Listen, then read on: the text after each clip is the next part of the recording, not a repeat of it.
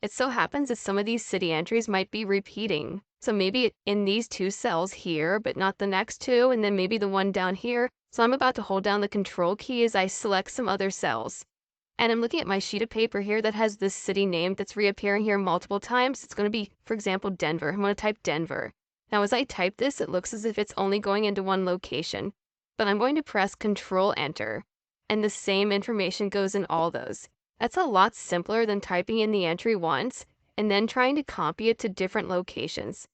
So we can select non-contiguous cells, type an entry, press Control Enter, and whatever we've typed goes into all those cells.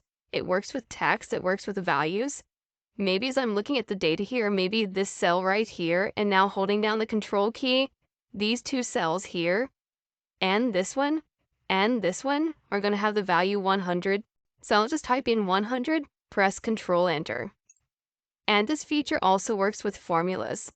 I might want to put in some totals here as well as over here. We can highlight these in no particular order. Maybe I'll highlight this first. Oh, then it occurs to me I want to put the same kind of total over in columns B through F. So holding down the Control key here, I'll highlight these cells as well. And I'm about to type a function that's going to tabulate information just for column B.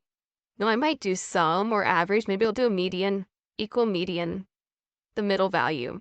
So I'm typing this as if I'm only doing this for the current cells, highlight this data, and normally I would press Enter if I were doing this for only one cell, but I'm going to press Control Enter.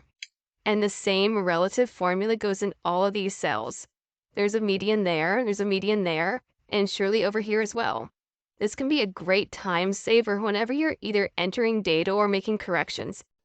Also, you realize there's a mistake here. This 52 should have been a 50. It so happens there's a number over here that should have been a 50 also. Maybe it's this one right there. So Control click.